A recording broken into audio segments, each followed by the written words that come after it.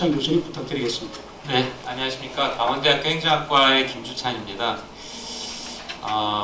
일단 제가 이한구 의원님께서 기조연설 하신 내용을 약간 좀 백업을 해드리는 그런 차원으로 그 내용을 좀 시작을 하고자 합니다. 의원 입법이 굉장히 이제 늘어났다는 말씀을 이제 하셨는데, 제가 실증적인 통계 데이터를 지금 자료의 두 번째 패러그래프에 보여드리고 있는데요. 지금 실제 2000년에 개원한 16대 국회에서부터 지금 이제 현재 19대 국회인데요. 19대 국회까지 의원 발의된 법률안이 얼마나 늘어났는가 하는 것을 통계로 제가 보여드리고 있습니다. 2000년에 개원한 16대 국회 4년간 의원 발의 법률안이 모두 1651건이었습니다. 그런데 지금 이제 19대, 그냥 뭐 중간은 다 건너뛰고 19대로 이제 가서 보시면은요, 19대 지금 1년 반 동안 약 6,600건 나왔습니다. 1년 반 동안. 요거 그대로 4년으로 늘려서 계산을 하면 17,000건이 되고요. 그러면 16대 국회보다 10배 이상 지금 늘어날 것으로 추산이 됩니다. 그러면 16대 국회와 19대 국회의 국회의원 수가 달라졌느냐? 아마 299명 정원이 그대로 있은 걸로 알고 있습니다. 뭐 1명, 2명 정도 차이가 있을 텐데요.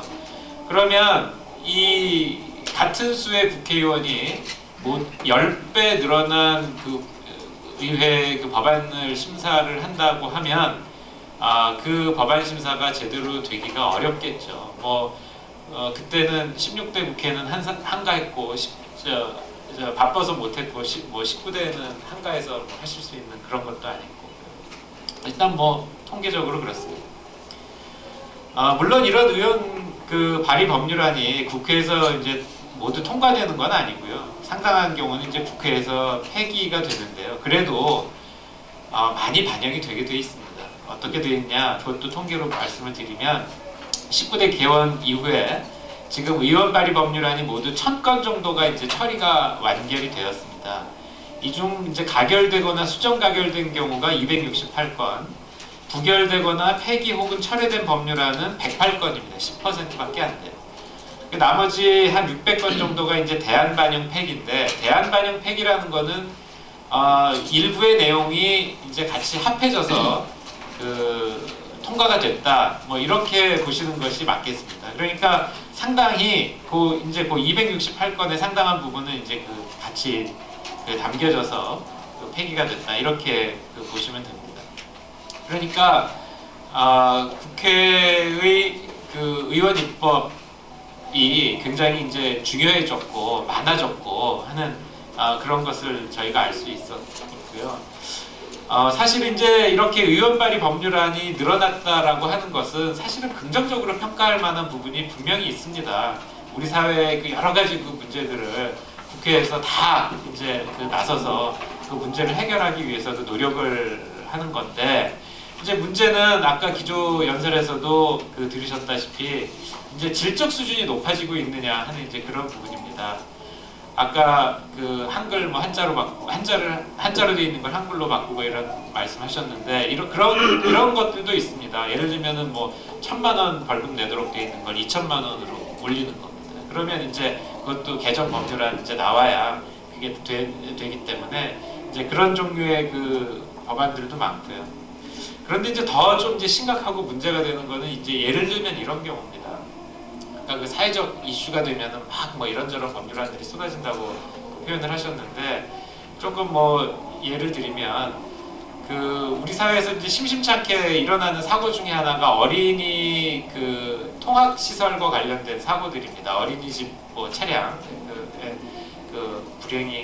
불행한 사고를 당하는 어린이들이 이제 1년에 몇 차례씩 나와서 보도가 되곤 하는데, 이제 그런 종류의 보도가 나오면 해당하는 법률안들이 이제 우후죽순처럼 나옵니다. 예를 들면 앞에다 경광등 달자부터 시작해가지고요, 안에 무슨 안전벨트 시설하자, 교사가 꼭 타도록 하자, 그 다음에 이제 어떤 것까지 나오냐면 운전자한테 특별 면허를 줘서 면허가 없는 사람은 그 차를 운전하지 못하도록 하자.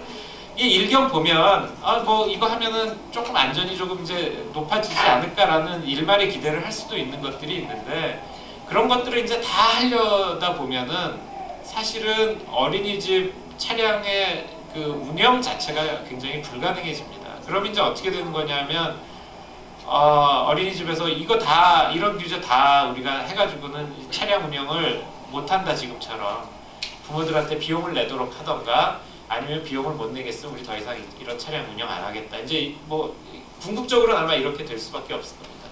그러면 이제 어머니들이 아버지들이 아침에 출근하면서 애들을 다 일일이 이제 데려다주고 뭐 데려오고 해야 하는데 그런 이제 사회적 비용이 굉장히 커진다는 거죠. 이게 어린이 안전과 관련되는 부분이기 때문에 이거 반대하기가 굉장히 어렵습니다. 이런 법안이 나오면. 그런데 실제로 이런 법안이 통과가 된다고 해서 어린이 안전이 확보가 되고 지금보다 더 나아질 것이냐?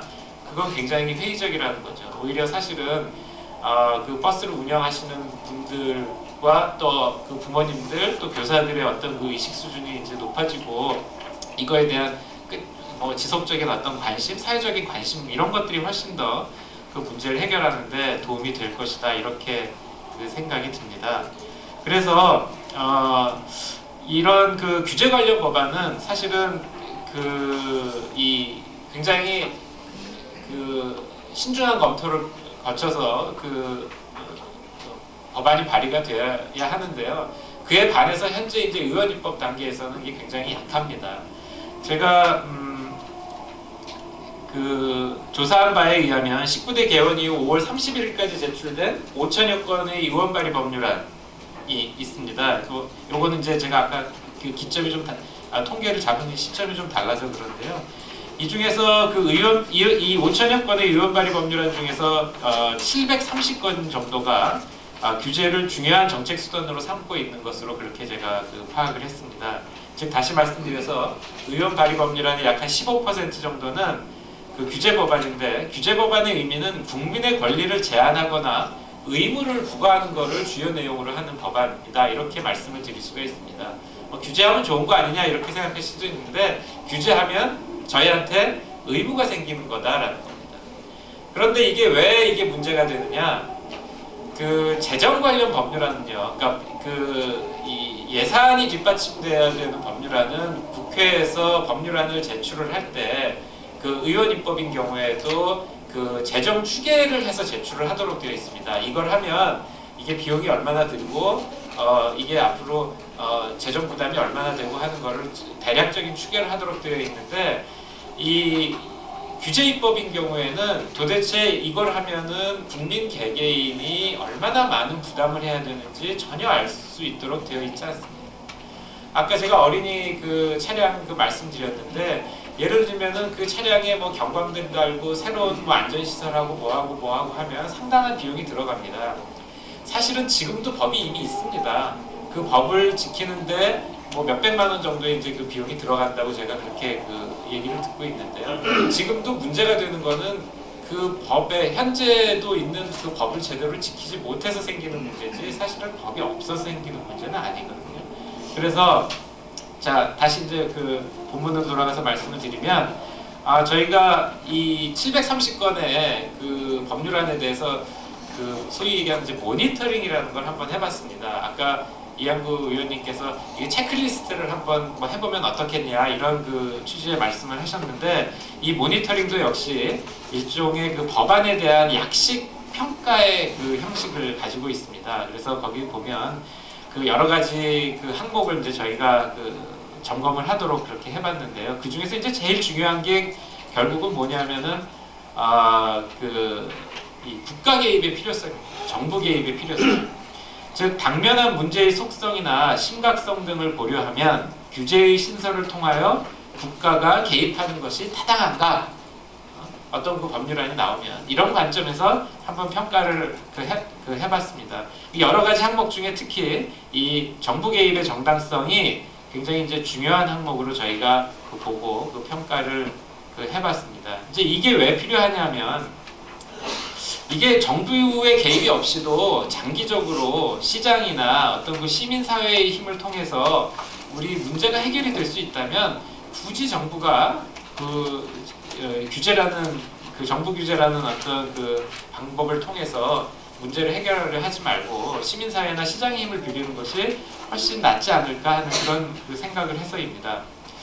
그런데 이게 이제 저희 같은 사람들이 판단하는 거하고 정치하시는 분들이 판단하는 게 이제 조금 달라지는 부분이 있습니다. 여기서 이게 뭐냐면 이 어떤 사회적인 문제가 생겼고 그 사회적인 문제에 대해서 크게 보면 정부, 좀 작게 보면 국회가 대응을 했다 라고 하는 것과 국회가 아무 일도 안 하고 손 놓고 있었다 라고 하는 것은 정치인으로서는 상당히 이제 차이가 있는 거죠. 정치인에 대한 평가에 있어서는 이제 차이가 생기는 겁니다. 그러니까 그 정치인으로서는 이거 뭔가를 해야 되는 이 사회적인 문제가 있으니까 뭔가를 해야 되는데 정치인이 뭔가를 한다는 게 뭐예요? 결국은 이 법안을 만들어내는 이제 그런 기능을 하는 거죠. 그래서 아무래도 이제 조급한 입법안이 생산이 되는데요. 여기는 또 이제 어떤 문제가 있냐면 국회의원에 대한 이제 평가 부분이 있습니다. 아까 몇 건 발의했느냐 갖고 평가하는 시스템에 대한 문제 제기를 하셨는데요. 국회의원들의 가장 큰 관심은 결국은 선거에서 다시 선출되는 재선이 될 수밖에 없고요.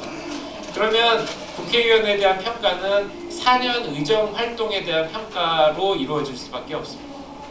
그런데 4년 의정 활동을 통해서 이분이 어떤 법안을 낸 것이 장기적으로 보니까 이런 부작용을 냈네 저런 부작용을 냈네 라는 그 논의가 되는 거는 사실은 몇 년 후에 얘기가 되고요.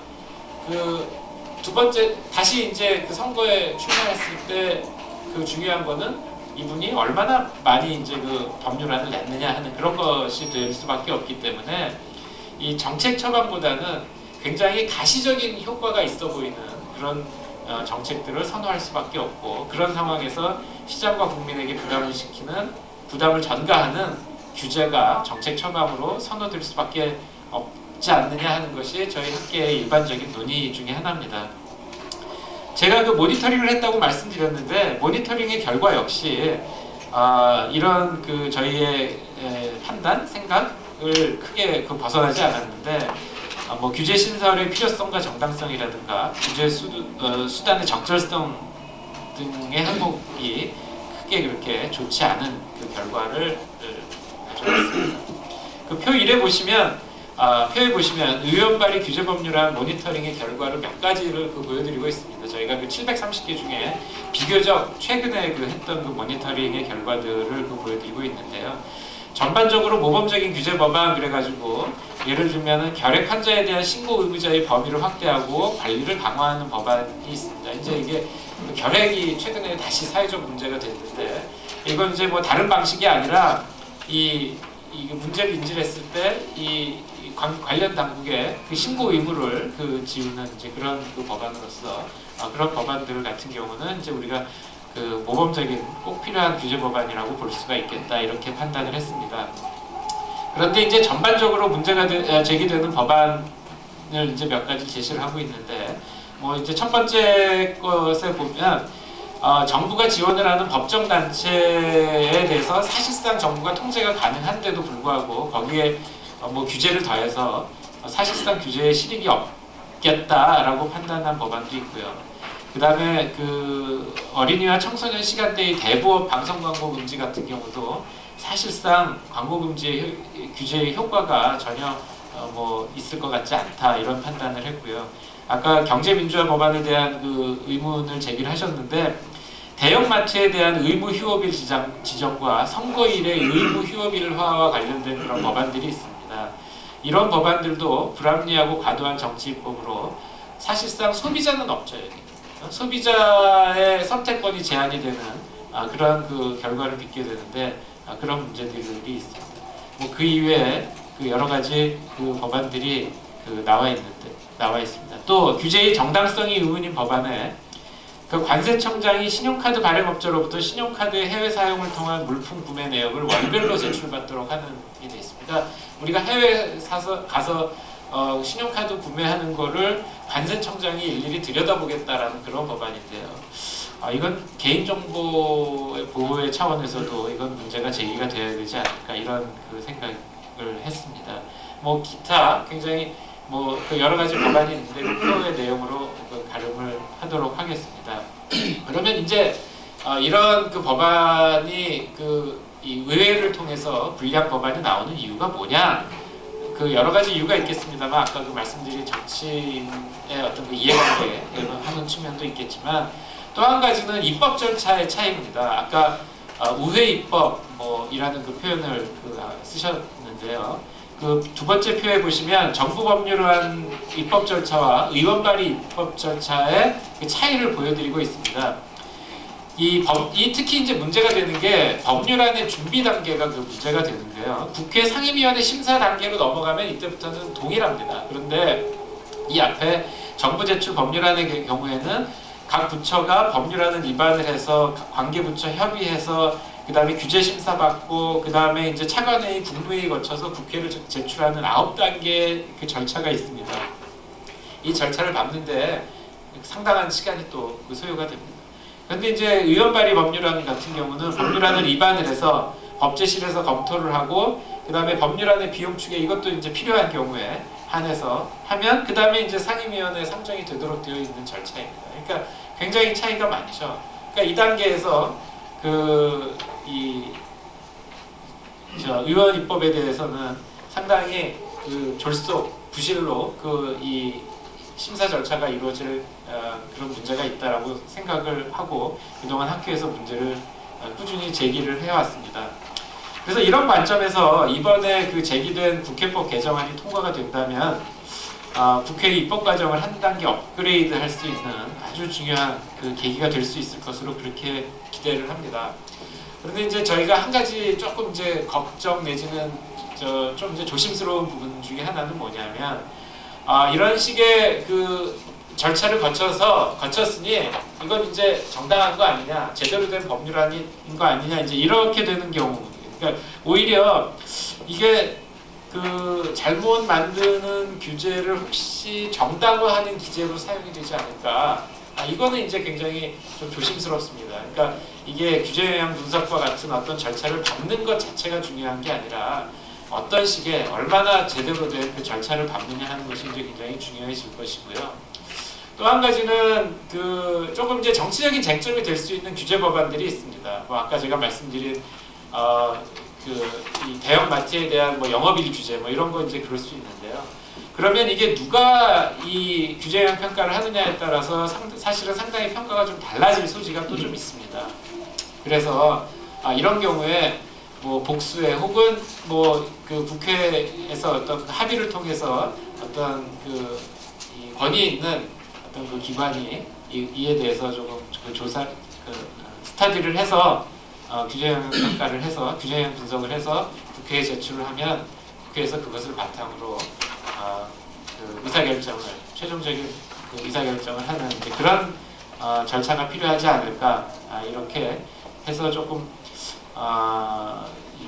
그 절차에 대해서도 이 절차를 도입하는 것 일단 일차적으로 중요하지만 또 어떤 절차를 도입하느냐 하는 거에 대해서도 세심한 검토와 그 주의가 필요하겠다 이런 생각입니다.